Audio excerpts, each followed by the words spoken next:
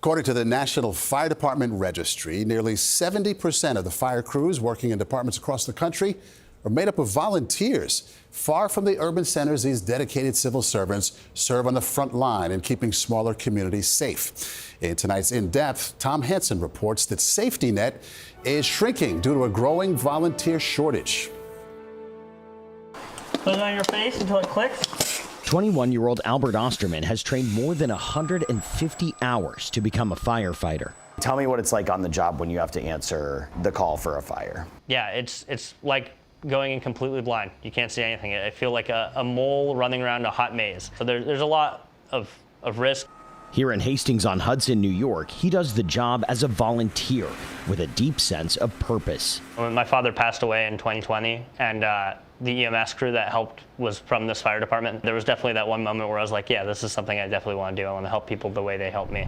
Osterman works at one of nearly 20,000 volunteer firehouses nationwide that save taxpayers an estimated $46.9 billion a year. In New York State, it's $4.7 billion. Were it not for the fire department, those communities would simply fall apart. Steve Hirsch is chair of the National Volunteer Fire Council. We're going to rely on volunteer firefighters forever in this nation.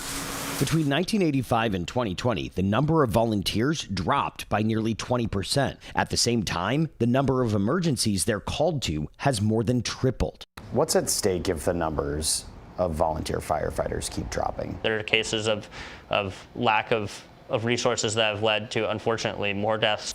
But lawmakers are fighting to recruit young people through incentives. There is an effort out there to recruit more volunteer firefighters by offering incentives like student loan forgiveness. What do you think about that?